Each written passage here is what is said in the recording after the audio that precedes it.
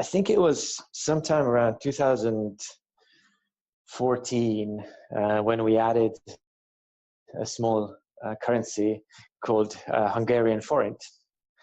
It's a beautiful country, Eastern Europe, and we had some people who we had a lot of demands for this, but not huge. So when the currency went live, it started growing a little bit, but then suddenly it spiked. A lot of users came from Hungary, and quite suddenly. And when we started looking into this and asking those Hungarians, how did you hear about TransferWise? We found out that many of them said our bank recommended to use TransferWise. That's wild. Welcome to the Tearsheet podcast. I'm Zack Miller. As I've covered the evolution of financial services and fintech over the past decade with Tearsheet, I've had the opportunity to watch a handful of firms blossom into really big businesses.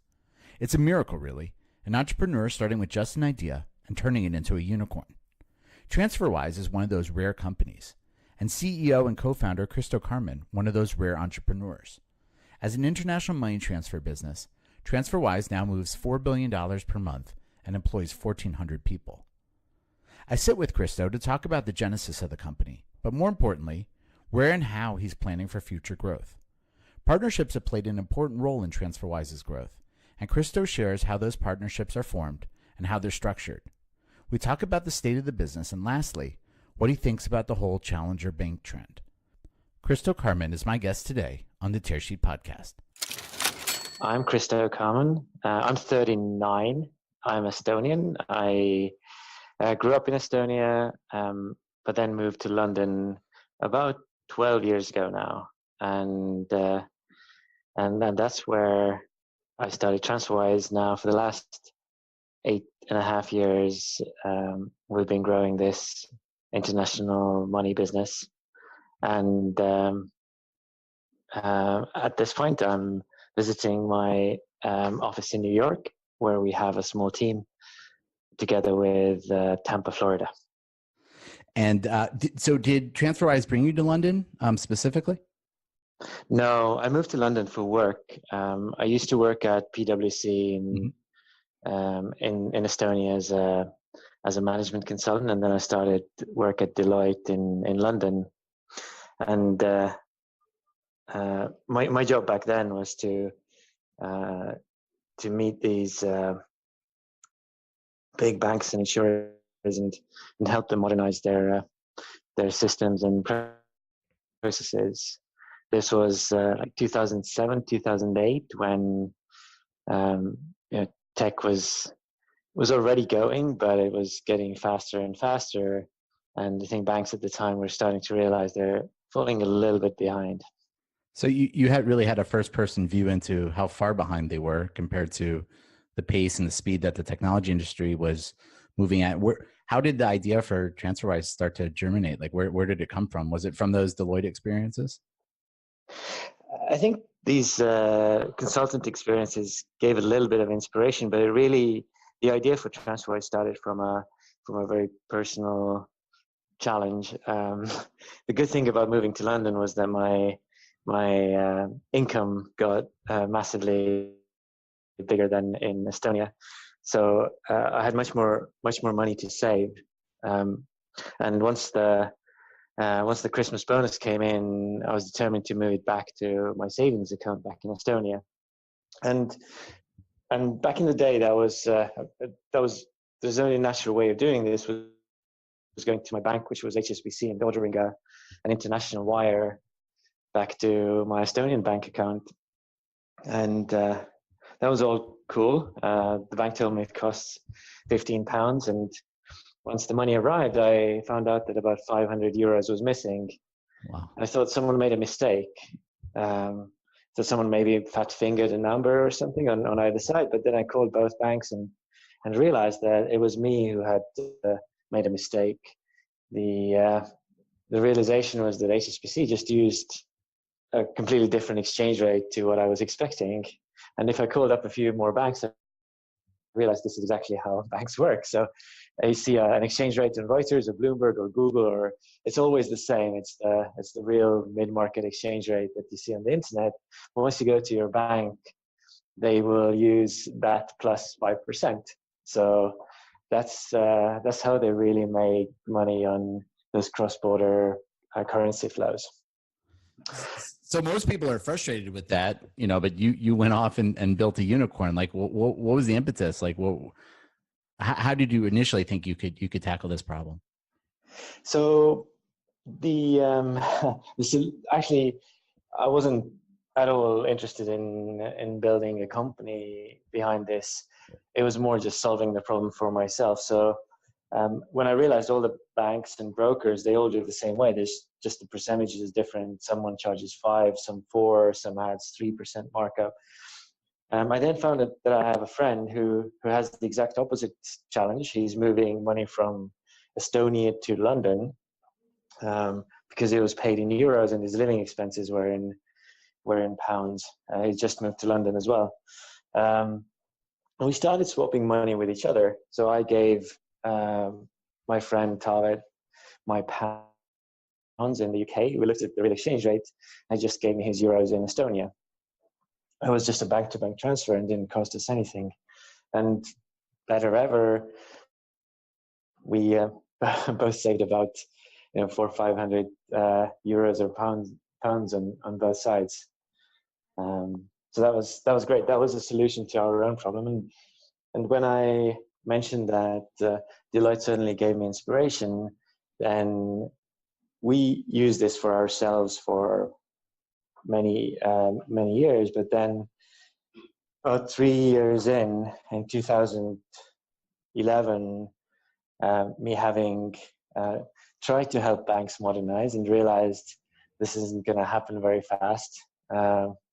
And thus happily always using our own home-cooked method of moving money around whenever we need it. We then realized it's perhaps worth trying out if this is just an Estonians in London problem, or maybe it's a bit bigger. Maybe it applies to other people and businesses as well, because it seemed to us that there is no other solution than either talking to your bank or the next bank to yours, who's not much better. And so that's very interesting. And one of the things we've watched as TransferWise has matured and grown, I think you're moving something like $4 billion a month now, 1,500 people in the company. You guys are scaling up. And you did such a good job capturing individuals and using the service. I am a client as well. But what we've seen recently is more and more of these like sort of B2B partnerships. And that's one of the themes that we cover a lot on Tearsheet is sort of, it's not fintechs versus banks, but a lot of times it's the collaboration between the two. Can you talk to us, I guess, also where that idea came from and sort of how it's playing out? So first of all, with businesses using TransferWise, that has been the case from the beginning. It's just snowballed. When we look at the small businesses, the ones who have maybe a couple of employees to a few dozen employees, they don't really get a great banking service anywhere in the world. That's usually in Europe. They get an even more expensive banking than individuals do. Mm-hmm. And these days, it's super hard to build a business that is local, that is not importing or exporting, or not servicing customers abroad.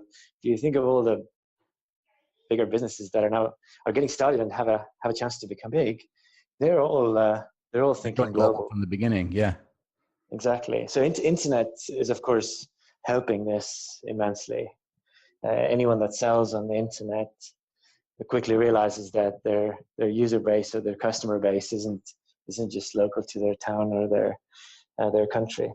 But we've seen lots of businesses kind of snowball into using TransferWise.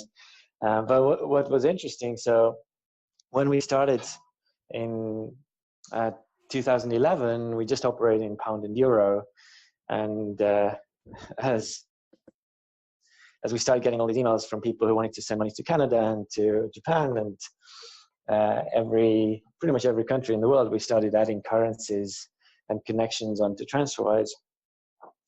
And I think it was sometime around 2014 when we added a small currency called Hungarian forint. It's a beautiful country, Eastern Europe, and we had some people who we had a lot of demands for this, but not huge. So when the currency went live, it started growing a little bit, but then suddenly it spiked. A lot of users came from Hungary, and quite suddenly. And when we started looking into this and asking those Hungarians, how did you hear about TransferWise? We found out that many of them said our bank recommended to use TransferWise. That's wild. And that was wild indeed. Yeah. So we started digging a little bit further, and we found out that there was a small bank called AXA Bank at the time. I think they've now merged or moved into something else. But they were a niche bank. Their users were using them for a different reason, but occasionally they needed to make international wires. And the bank was set up for this, but it was pretty terrible for them. It meant that their customer had to come to the branch. They had to fire up some old Windows 95 app on the terminals, type the cashier or the teller would type in some information. It would be a whole effort to get it set up, and then money would go somewhere. People would be generally quite unhappy, and at the end of the day, it would cost a lot for the bank to operate. So they could do those, and they did do those international transfers, but it was really quite painful, quite expensive for them, and all they got was a frustrated customer at the end of this process. So I think the bank managers themselves use TransferWise, or how? I don't know. Actually, I don't know today how they got to this, but they basically coached the front end staff sitting in the branches that when someone comes in and wants to do the international wire somewhere, then just show them how to download the TransferWise app, how to get going, how to fund it from the this bank's account, and there you go. You'll have a much happier customer. The money would probably arrive. I mean, if you're lucky, the money would arrive before the person walks out of the bank branch, and everyone's happier. So that's how we first got the wind of banks taking advantage of the network and the infrastructure that we built. And so did that parlay into how did that parlay into building I guess partnerships with banks? How did those partnerships work, and why do you find, I can understand in that specific story in Hungary, but like why are banks in the US or in London coming to you to help them with the money transfer problem? Again, similar to as TransferWise wasn't, or moving money across borders wasn't just an Estonian to London problem. It's not just a Hungarian bank problem. It's the challenge for a lot of small banks and large everywhere in the world. When we think about, say, Citibank and HSBC and maybe a couple of others, there are very large, very global banks for who this is bread and butter of their business. But for most banks, doing cross-border transfers is a necessity. Some percentage of their users will have and will want them to do this, but it's quite far down the line. It's quite far in the priority list. And so we saw that that this challenge that the Hungarian bank had and the solution they found in TransferWise is actually quite applicable to lots of others. And the other thing we saw it was that in Europe we now have a lot of new banks starting up. These challenger banks? N26, yes, Yeah. yes, exactly. N26 was the first one in Germany to launch and grow quite substantially, and they also ran into the challenge at one point. So we've got all these depositors now, and we're great in making transfers in the Eurozone, and they can get this basic banking service from us, and they're generally super happy. But occasionally they need to make international wires, and then of course we recommend them to use TransferWise. But could we perhaps offer TransferWise ourselves within our banking app? And that's where it really got started, because we opened up our API to N26 first, and they could build the experience within their banking app for people to connect their N26 account and their TransferWise account, and then just start making those transfers from within the bank app. Are those branded partnerships, Kristo? Like, does the TransferWise brand appear inside the N26 app? Yes, it does, absolutely. Okay. So it's a little bit like connecting your Google account to a third-party mail app. So you can use, you can, for example, read your email from a third-party mail app. It's kind of the same thing. You can use TransferWise from within another app, and we use actually quite similar technology to this. And there's something that we realized as well in the process was not just that the bank can satisfy their customers in making international wires, but actually most of those customers used to use us directly before that. So they were N26 customers, and we saw them using TransferWise from their international money flows. But now they moved that activity back into the N26 app. And we realized this is actually great. This is perfect, because the experience that these users get is much better if they can do it direct from within their bank's app, rather than having to switch between TransferWise, the bank, and kind of track their funds flow in two different places.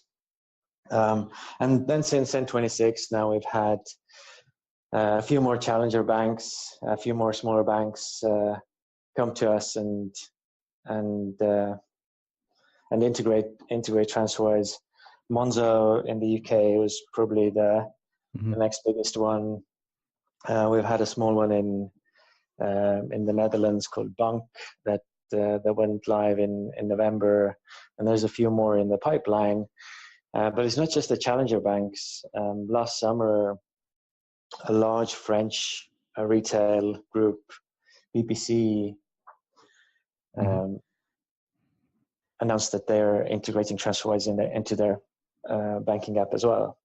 So this is kind of all great news for us and for our users, that one day they can get the benefits of TransferWise, which we hope are already pretty convenient using our apps, but we know that they can be even more convenient if it's done directly from their banking app. So that N26 example is interesting. I guess something else is happening from the other perspective. Like, you guys launched borderless accounts too, where even though you don't necessarily have a banking license, you are storing money there for your clients, in a way sort of approximating the same value proposition that a bank has. How do you guys think about the borderless account and where that's headed? The borderless account, again, came to us as a realization when we saw what our customers are doing with TransferWise. And we realized that a lot of our users were moving money between their own bank accounts in different countries. So someone might have an account in the US, but they might also have account in France where they went to school, and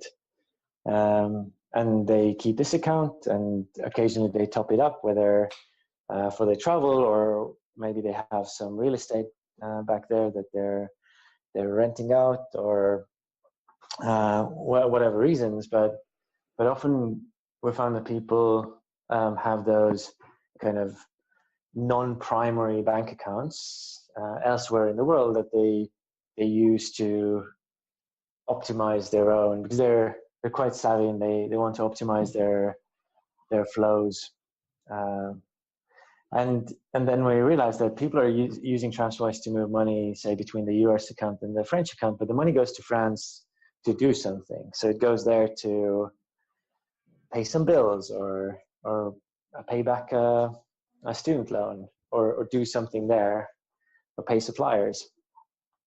And we realized that we can perhaps help our users remove that extra hop. So they could load up dollars into the TransferWise borderless account. They can keep them in euros, and they can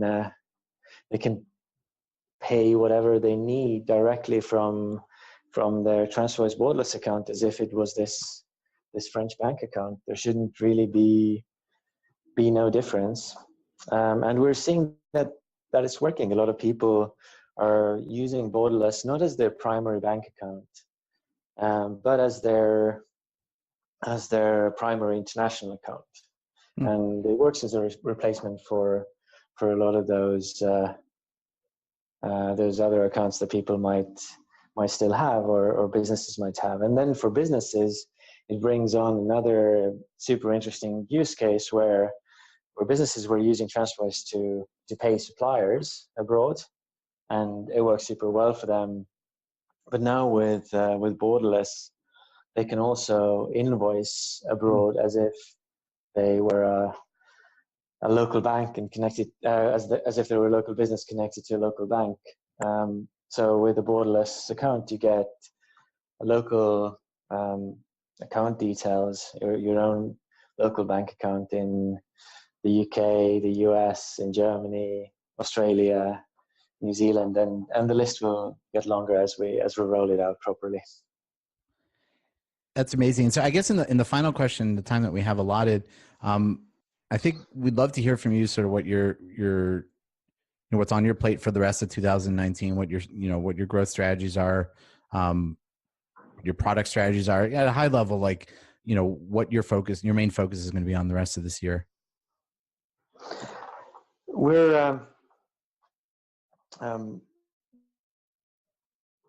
really, I think, now pinned down what our users want and what they expect from TransferWise, and it comes really clear that there are 3 or 4 things that people and businesses really care about when they move money across borders, and it's super simple. So first of all, they want it to be cheap. So they have, or we generally, there's no reason we should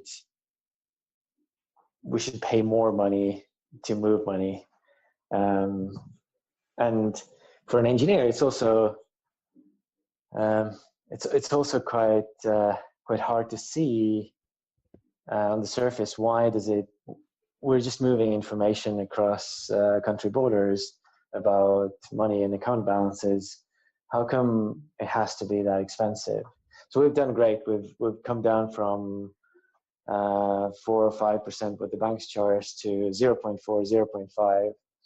0.5, almost from when we started. But it's still quite far from zero, and a lot of our work is going into getting this price point that we're able to charge today even further down and closer to zero, because that's what people and businesses really want. That's one. The other thing is we really want our money to show up like right now. So made the transfer, whether that's going to Singapore or Romania or wherever. We want this to show up now, and we can now do this. About 14% our transfers arrive within 20 seconds.